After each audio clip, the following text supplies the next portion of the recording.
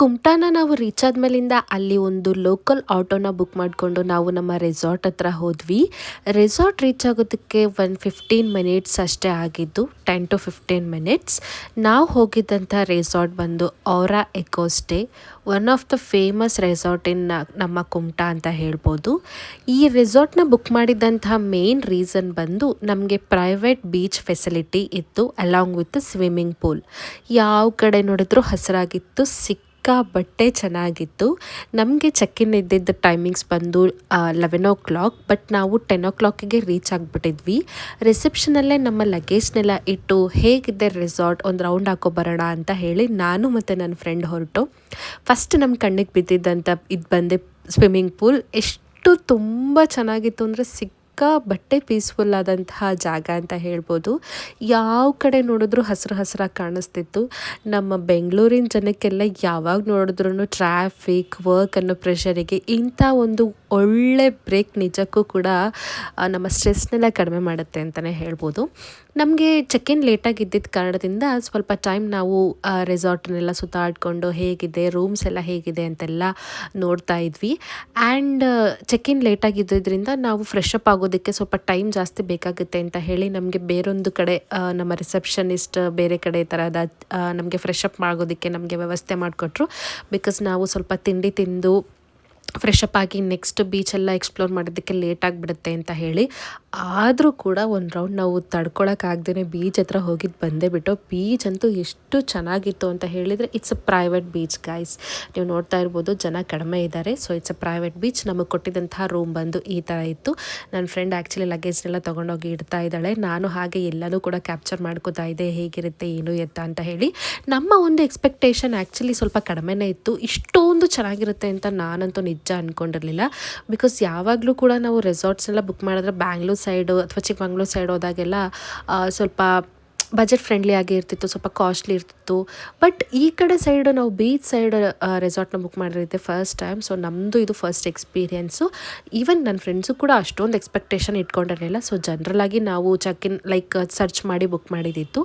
Okay, ಲಗೇಜ್ನೆಲ್ಲ ಇಟ್ಟು ನಾವು ಮಾರ್ನಿಂಗ್ ಬ್ರೇಕ್ಫಾಸ್ಟ್ಗೆ ಅಂತ ಹೋಗಿದ್ವಿ. ಒಳ್ಳೆ ಸಖತ್ತಾಗಿರೋಂಥ ಬ್ರೇಕ್ಫಾಸ್ಟ್ ಮಾತ್ರ ನಿಜವಾಗ್ಲೂ ಚೆನ್ನಾಗಿತ್ತು. ಇಟ್ಸ್ ಎ ಕಾಂಬೋ ಬ್ರೇಕ್ಫಾಸ್ಟ್ ಅಂತ ಹೇಳ್ಬೋದು.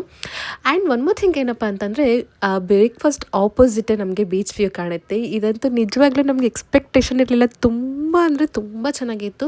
ಆ ವ್ಯೂನ ನೋಡಿಕೊಂಡು ಬ್ರೇಕ್ಫಾಸ್ಟ್ ಮಾಡ್ತಾ ಇದ್ದಿದ್ದು. ನಾನು ಅಲ್ಲೇ ಒಂದಷ್ಟು ಕ್ಲಿಪ್ಪಿಂಗ್ಸ್ ಎಲ್ಲ ಮಾಡಿಸ್ಕೋತಾ ಇದ್ದೆ. ನನ್ನ ಫ್ರೆಂಡ್ ಅದನ್ನೆಲ್ಲ ನೋಡಿ ಸಿಕ್ಕಾಪಟ್ಟೆ ಎಂಜಾಯ್ ಮಾಡ್ತಾ ಇದ್ಲು. ಆ್ಯಂಡ್ ಮಧ್ಯದಲ್ಲಿ ಟೀ ಇಲ್ಲ ಅಂತಂದರೆ ಹೇಗೆ, it's an incomplete right. So ನಮಗೆ ಟೀ ಬೇಕೇ ಬೇಕು. ಸೊ ಟೀ ಕುಡಿದು ಬ್ರೇಕ್ಫಾಸ್ಟ್ ಎಲ್ಲ ಮುಗಿಸ್ಕೊಂಡು ನಾವು ಬೀಚ್ ಹತ್ರ ಒಂದು ಸ್ವಲ್ಪ ರೌಂಡ್ ಹಾಕೊಂಡು ಬರೋಣ ಅಂತ ಹೋದ್ವಿ. ಎಸ್, ಅಫ್ಕೋರ್ಸ್ ಬೀಚ್ಗಿಂತ ಹೋಗೋಕ್ಕಿಂತ ಮುಂಚೆ ಸ್ವಲ್ಪ ಸ್ಕಿನ್ ಪ್ರಿಪ್ರೇಷನ್ ಮಾಡ್ಕೊಳ್ಳೋಣ ಅಂತ ಹೇಳಿ ನನ್ನ ಫ್ರೆಂಡ್ ಫಾಕ್ಸ್ಟೆಲ್ ಅವರ ಕಂಪ್ಲೀಟ್ ಪ್ರಾಡಕ್ಟ್ನ ತೊಗೊಬಂದಿದ್ಲು. Sunscreen, toner and moisturiser. So ಅದನ್ನೆಲ್ಲ ಹಚ್ಕೊಂಡು ನಾವು ಬೀಚನ್ನು ಎಕ್ಸ್ಪ್ಲೋರ್ ಮಾಡೋಣ ಅಂತ ನಾನು ನನ್ನ ಫ್ರೆಂಡ್ ಹೊರಟೆ ಬಿಟ್ವಿ.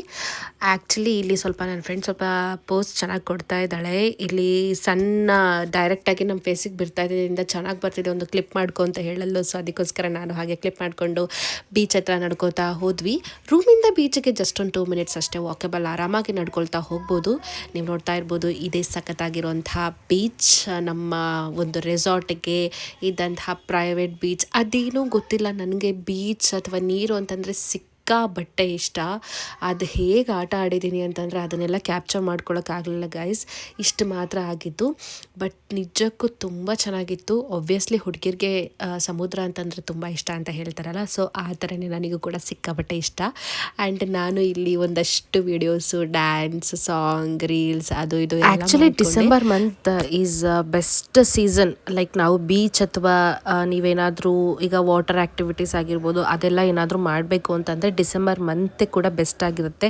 ಯಾಕೆ ಅಂತಂದರೆ ವಿಂಟರ್ ಸೀಸನ್ನು, ರೈನಿ ಸೀಸನ್ ಏನೂ ಇರಲ್ಲ. ಬಿಕಾಸ್ ಎಲ್ರಿಗೂ ಗೊತ್ತು ರೈನಿ ಸೀಸನ್ ಆದರೆ ನಮಗೆ ಬೀಚಲ್ಲೆಲ್ಲ ಆಟ ಆಡೋಕ್ಕೆ, ವಾಟರ್ ಆ್ಯಕ್ಟಿವಿಟೀಸ್ ಎಲ್ಲ ಮಾಡೋಕ್ಕೆ ಅಲೋನೇ ಮಾಡೋದಿಲ್ಲ. ಸೊ ನಾವು ಪ್ಲ್ಯಾನ್ ಮಾಡಿಕೊಂಡೆ ಡಿಸೆಂಬರಲ್ಲೇ ಹೋಗಬೇಕು ಅಂತ ಹೇಳಿ ಪ್ಲ್ಯಾನ್ ಮಾಡ್ಕೊಂಡಿರೋದ್ರಿಂದ ನಾವು ಬೀಚ್ ಸೈಡನ್ನು ವೆಕೇಷನ್ನ ಪ್ಲ್ಯಾನ್ ಮಾಡ್ಕೊಂಡ್ವಿ. And this is one of the best decision we have taken ಅಂತಲೇ ಹೇಳ್ಬೋದು. ಯಾಕೆ ಅಂತಂದರೆ ಬೀಚಲ್ಲಿ ಯಾರೂ ಇಲ್ಲದಿದ್ದು, ತುಂಬ ಜನ ಇಲ್ಲದಿದ್ದ ಕಾರಣ ನಾವಂತೂ ಸಿಕ್ಕಾಪಟ್ಟೆ ಎಂಜಾಯ್ ಮಾಡಿದ್ವಿ. ಆ್ಯಂಡ್ ನಮ್ಮ ರೆಸಾರ್ಟಿಗೆ ಫಾರಿನರ್ಸ್ ಕೂಡ ಬಂದಿದ್ದರು. ಸೊ ಅವರು ಕೂಡ ನಮ್ಮ ಜೊತೆ ಎಲ್ಲ ಸೇರಿಕೊಂಡು ಲೈಕ್ ನಾವೆಲ್ಲ ಒಟ್ಟಿಗೆ ಸ್ವಲ್ಪ ಬೀಚಲ್ಲೆಲ್ಲ ಆಟಾಡೋದು ಅದೆಲ್ಲ ಮಾಡ್ತೀವಿ. ಬಟ್ ಅದನ್ನೆಲ್ಲ ಕ್ಯಾಪ್ಚರ್ ಮಾಡ್ಕೊಳ್ಳೋಕ್ಕಾಗಲಿಲ್ಲ. ಆ್ಯಂಡ್ ನಾನು ಇಲ್ಲಿ ಒಂದು ಸ್ವಲ್ಪ ಡ್ಯಾನ್ಸ್ ರೀಲ್ಸ್ ಬೀಚಲ್ಲಿ ಎಲ್ಲ ಆಟ ಆಡಿ ಟೈಮ್ ಸ್ಪೆಂಡ್ ಎಲ್ಲ ಮಾಡಾದ್ಮೇಲಿಂದ ಪೂಲಿಗೆ ಹೋಗೋಣ, ಒಟ್ಟಿಗೆ ಪೂಲಲ್ಲೂ ಕೂಡ ಆಟ ಎಲ್ಲ ಆಡ್ಬಿಟ್ಟು ಒಟ್ಟಿಗೆ ನೆಕ್ಸ್ಟ್ ಡ್ರೆಸ್ ಹಾಕ್ಕೊಂಡು ನೆಕ್ಸ್ಟ್ ಇನ್ನು ನಮ್ಮದು ಒಂದಷ್ಟು ಫೋಟೋಶೂಟ್ಸ್ ಪ್ಲ್ಯಾನಿಂಗ್ಸ್ ಎಲ್ಲ ಇದೆ ಅದನ್ನೆಲ್ಲ ಮಾಡ್ಕೊಳ್ಳೋಣ ಅಂತ ಹೇಳಿ ಡೈರೆಕ್ಟ್ ಹೋಗಿ ಪೂಲಿಗೆ ಧಮಾರ್ ಅಂತ ಬಿದ್ದುಬಿಟ್ಟೆ. ನಾನಂತೂ ಎಷ್ಟು ನೀರಲ್ಲಿ ಆಟ ಆಡಿದ್ದೀನಿ ಅಂತಂದರೆ ಅಲ್ಲಿಂದ ಬಂದಮೇಲೆ 3 ದಿನ ನಾನು ಹುಷಾರು ತಪ್ಪಿದ್ದೆ. ಈವನ್ ನಾನು ಈಗಲೂ ಕೂಡ ನನ್ನ ವಾಯ್ಸ್ ಸರಿ ಹೋಗಿಲ್ಲ, ಅಷ್ಟು ಹುಷಾರು ತಪ್ಪಿಟ್ಟಿದ್ದೆ. ಆ್ಯಂಡ್ ನಮಗೆ ಕೊಟ್ಟಿದ್ದಂತಹ ಒಂದು ಏನು ಅಡ್ವಾಂಟೇಜ್ನ ನಾವು ತುಂಬ ಚೆನ್ನಾಗಿ ಯುಟಿಲೈಸ್ ಮಾಡ್ಕೊಂಡ್ವಿ. ಎಲ್ಲೂ ಕೂಡ ಏನನ್ನೂ ಮಿಸ್ ಮಾಡಿಲ್ಲ. ಎಷ್ಟು ಸಲ ಬೇಕೋ ಅಷ್ಟು ಸಲ ಪೂಲಲ್ಲಿ ಆಟ ಆಡಿದ್ದೀವಿ, ಎಷ್ಟು ಸಲ ಬೇಕೋ ಅಷ್ಟು ಸಲ ಬೀಚಲ್ಲಿ ಆಟ ಆಡಿದ್ದೀವಿ. ಆ್ಯಂಡ್ ನೆಕ್ಸ್ಟ್ ಇನ್ನು ಏನೇನು ಮಾಡಿದ್ವಿ ಅಂತ ನಾನು ನನ್ನ ನೆಕ್ಸ್ಟ್ ವ್ಲಾಗ್ಸಲ್ಲಿ ಹೇಳ್ತೀನಿ. ಅಲ್ಲಿವರೆಗೂ ಯಾರ್ಯಾರು ನನ್ನ ಚಾನಲ್ನ ಸಬ್ಸ್ಕ್ರೈಬ್ ಮಾಡಿಲ್ವೋ please go subscribe to my YouTube channel and like ಮಾಡಿ, ಶೇರ್ ಮಾಡಿ, ಕಾಮೆಂಟ್ ಮಾಡಿ. ನೆಕ್ಸ್ಟ್ ವ್ಲಾಗಲ್ಲಿ ಸಿಗ್ತೀನಿ. ಅಲ್ಲಿವರೆಗೂ ಬಾಯ್.